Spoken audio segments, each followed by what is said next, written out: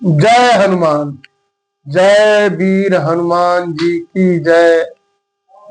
भक्तों, आज हम हनुमान जी की गुणगान में, उनकी कथाओं में आज अहिरावण के बारे में, हनुमान से संबंधित जो उनका हनुमान जी का कारनामा था उसका वर्णन, उसकी कथा हम श्रवण करेंगे। एक बार की बात है, हनुमान जी पहरा दे रहे थे। रात का समय था और अहिरावण माया के रूप में, मायावी रूप धारण करके, विभीषण का रूप धारण करके वो आया। हनुमान जी ने उसे देखा और हनुमान जी ने बुलाया कि भाई तुम कौन हो। उसने बताया कि हम भगवान का दर्शन करने जा रहे हैं, संध्या गायत्री करने जा रहे थे, गए हुए थे, मुझे कुछ देर हो गया और मैं तुरंत ही भगवान ने हमको बुलाया है तो मैं उनसे मिलना चाहता हूं। हनुमान जी ने फिर कहा ठीक है और उनको जाने दिया। रात में अहिरावण ने श्री रामचंद्र और लक्ष्मण जी को अपने कंधे पर लेकर के उनका अपहरण कर लिया और लेकर के पाताल लोक में चला गया।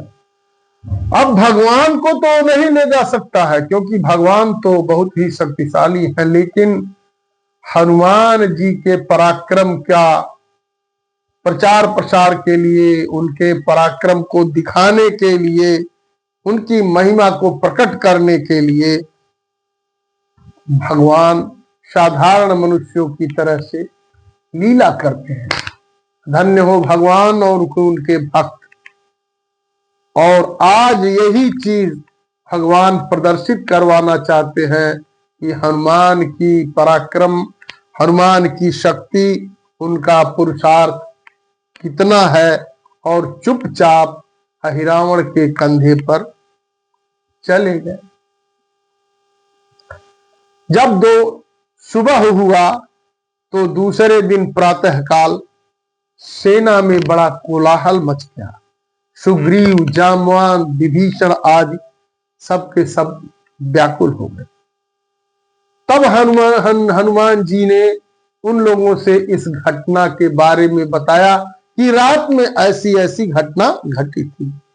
विभीषण ने कहा यह निश्चित रूप से अहिरावण था, क्योंकि अहिरावण के बगैर मेरा कोई बेस नहीं बना सकता।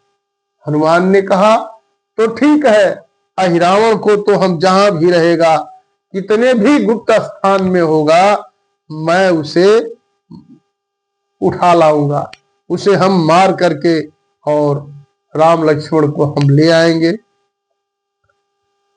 और हम उसका वध कर देंगे। ऐसा कह करके हनुमान जी ने यात्रा की और संयोग से, दैव योग से मार्ग में ही कुछ ऐसी घटना घटी कि अहिरावण उन्हें नागलोक में ले गया। अहिरावण उन्हें नागलोक में ले गया और यह बात निश्चित रूप से मालूम हो गई। वहां जाकर हनुमान ने महल में प्रवेश करने की चेष्टा की।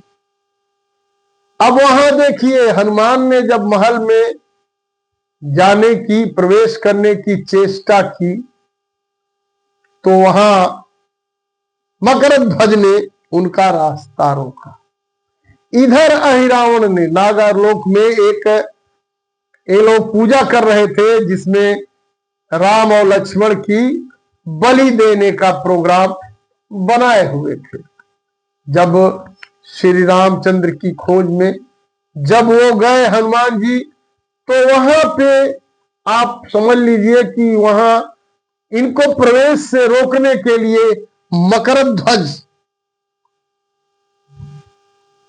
नामक राक्षस मकरध्वज ने वहां प्रकट होकर के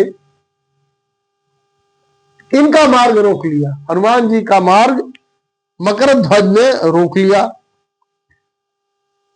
उसने कहा तुम कौन हो, जानते नहीं? जब फिर मकरध्वज ने हनुमान जी से कहा, तुम कौन हो? मुझे जानते नहीं। मैं महावीर हनुमान का पुत्र हूं और चोरी से जाना चाहोगे तो मैं तुम्हें लोहे के चने चबवा दूंगा। मकरध्वज कह रहे हैं कि हम हनुमान जी के पुत्र हैं, हम तुमको जाने नहीं देंगे और चोरी से आज जबरदस्ती जाओगे तो मैं लोहे के चने चबवा दूंगा। हनुमान जी यह सुन करके बहुत आश्चर्यचकित हो गए और हनुमान जी ने कहा, भाई अरे हम तो हनुमान जी हम ही हैं, हमारे कौन सा पुत्र है? हमारे तो कोई पुत्र नहीं है। तो तुम कहां से टपक पड़े भाई? हमारा तो कोई पुत्र नहीं है, तुम कहां से टपक पड़े? तो मकरध्वज ने बताया। मकरध्वज जो है हनुमान जी का पुत्र था। वो पुत्र कैसे हुआ, ये कहानी इसमें आती है कि मकरध्वज ने स्वयं कहा हनुमान जी से कि हे हनुमान जी, जब आप लंका जलाकर समुद्र में स्नान कर रहे थे, हनुमान जी ने जब लंका जलाया था, जलाने के बाद तुरंत वो जो है वहां से आकर के अपना पूछ बुझाने के लिए समुद्र में जाकर के घुस गए थे और स्नान किए थे। तो मकरध्वज ने कहा कि जब आप लंका जलाकर समुद्र में स्नान कर रहे थे तो एक मछली आपका पसीना पी गई थी और उसके गर्भ से पैदा हुआ हूं मैं, इसलिए मुझे मकरध्वज कहते हैं। और कहा ऐसा भी जाता है कि जब आप जो है नहाने गए तो नहा करके आपने खखार के जो है थूका, वो मछली पी गई थी, उससे मैं मकरध्वज पैदा हुआ, इसलिए मैं आपका पुत्र हूं और मेरा नाम मकरध्वज है। मैं आपको ऐसे नहीं जाने दूंगा, मैं उसके गर्भ से पैदा हुआ हूं। तब हनुमान ने उससे राम और लक्ष्मण का पता पूछा कि अच्छा तुम बता दो राम और लक्ष्मण कहाँ है? मकरध्वज बोलता है कि भाई मुझे कुछ नहीं पता कि राम है कि लक्ष्मण है कि कौन है, परंतु मैं इतना जानता हूं कि आज मेरे स्वामी अर्थात अहिरावण किसी की बलि देने जा रहे हैं और वहां किसी को जाने की आज्ञा नहीं है, क्योंकि जब बलि दे रहे हैं तो वहां किसी को जाने की आज्ञा नहीं है। मैं आपको भी नहीं जाने दूंगा। तो उसके बाद जब मकरध्वज जाने नहीं दे रहा था तो क्या हुआ कि बाप बेटे में यानी हनुमान जी और मकरध्वज जी में बहुत भयंकर टूका टूकी पूरा युद्ध हुआ। युद्ध होने के बाद एक से बढ़कर एक बड़े बाप का बेटा बड़ा, अंत में हनुमान ने उसे, अब वहां कोई सब लड़ते ही रह गए, अंत में हनुमान ने मकरध्वज को उसकी ही पूंछ से बांध दिया और मंदिर में घुस गए, जहां पर श्री राम और लक्ष्मण जी की बलि होने का प्रोग्राम दिया गया था। और उनके चरणों का स्पर्श होते ही, अब जैसे हनुमान जी के चरणों का स्पर्श होता है वहां, तो जो पाताल में वहां जो देवी थी वो जमीन में धस गई। अब जब जमीन में देखिए वो जो देवी थी जिन पर ये बलि करने वाला था, आज वो सब नाच रहे थे, कूद रहे थे और ये आज प्रोग्राम बना रहे थे कि राम और लक्ष्मण को बलि दे देंगे, उस देवी जी पर चढ़ा देंगे। हनुमान का चरण स्पर्श करते ही देवी जी जमीन में धस गई और हनुमान जी स्वयं देवी जी के रूप में मुंह बा करके वहां पर खड़े हो गए। तो वे मुंह बाकर देवी के स्थान पर खड़े हो गए। तब राक्षसों ने समझा कि देवी प्रसन्न होकर के प्रकट हो गई हैं, तो खूब पूजा की गई। आज की देवी जो कुछ फूल माला अन्न वस्त्र आता उसे मुंह में रखने लगती। असल में तो हनुमान जी ही थे। तो बलिदान के समय पर राम और लक्ष्मण लाए गए। उस समय राक्षस उनसे अनेकों प्रकार के विनोद करते, मजाक करते, व्यंग करते थे और उन्हें भांति भांति से तंग करने लगे।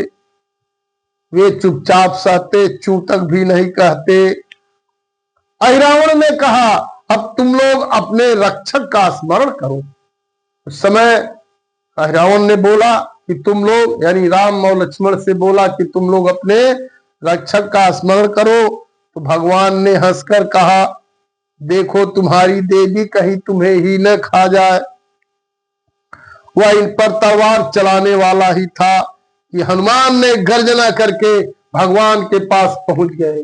जैसे ही वो तलवार को चलाना चाहता था, भगवान गर्जना करके, हनुमान जी गर्जना करके भगवान के पास पहुंच गए और इन्हें अपने दोनों कंधों पर बैठा लिया और बैठा करके उन्होंने अहिरावण के हाथ से वह तलवार खींच लिया, छीन लिया और अहिरावण और अन्य राक्षसों का संहार करके हनुमान जी भगवान के शिविर पे ले आए, भगवान को शिविर पर ले आए।